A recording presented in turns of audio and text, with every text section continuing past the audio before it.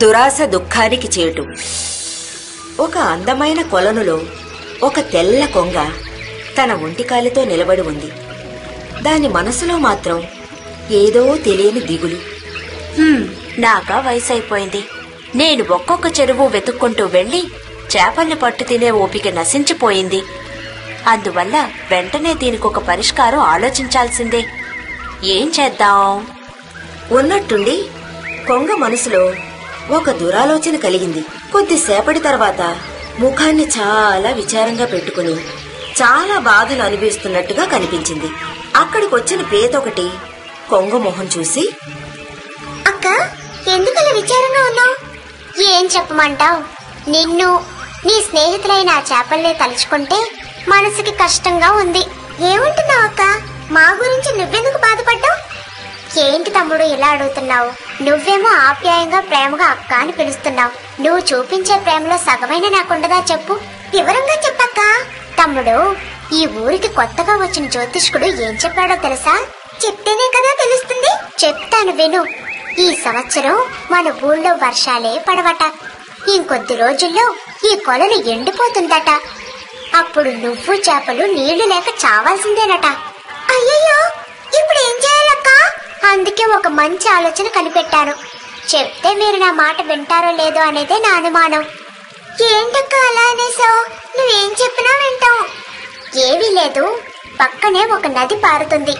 అందులో చాలా నీళ్లున్నాయి, ఎండిపోదు. అందుకే మిమ్మల్ని అందరినీ నేనే అక్కడికి తీసుకువెళ్లి వదులుదాం అనుకుంటున్నాను. మంచి ఆలోచన. ఇప్పుడే వెళ్లి చేపలతోనూ వాటి పిల్లలతోనూ చెప్పి అన్నింటినీ తీసుకొస్తా. విషయం చెప్పు, తప్పులేదు. కానీ అందరినీ తీసుకురాకు. ఒక రోజుకి పెద్ద చేపలైతే 2, చిన్న చేపలైతే 4. అవి చాలు. అంతవరకే కదా నేను తినగలను.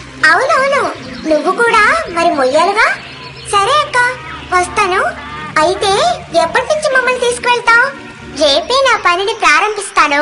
మరునాటి నుంచి ప్రతిరోజు తన పొడవాటి ముక్కుతో చేపల్ని పక్క ఊరికి చేరుస్తున్నట్టుగా తీసుకువెళ్లి దారిలో ఉన్న ఒక బండ మీద వేసి కడుపు నిండా బాగా తింటూ పీతకి చేపలకి ఉపకారం చేస్తున్నట్టుగా, ప్రతిఫలం ఆశించినట్టు, చాలా శ్రమ పడుతున్నట్టు నటించసాగింది.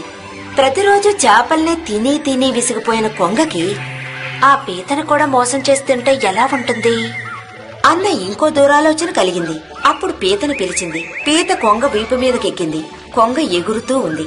కొంగ మీదకెక్కి ప్రయాణిస్తున్న పీత కళ్ళకి దారిలో బండరాయి నిండా చేపమూళ్ళు కనిపించేసరికి పీత గుండె గుబేలుమంది.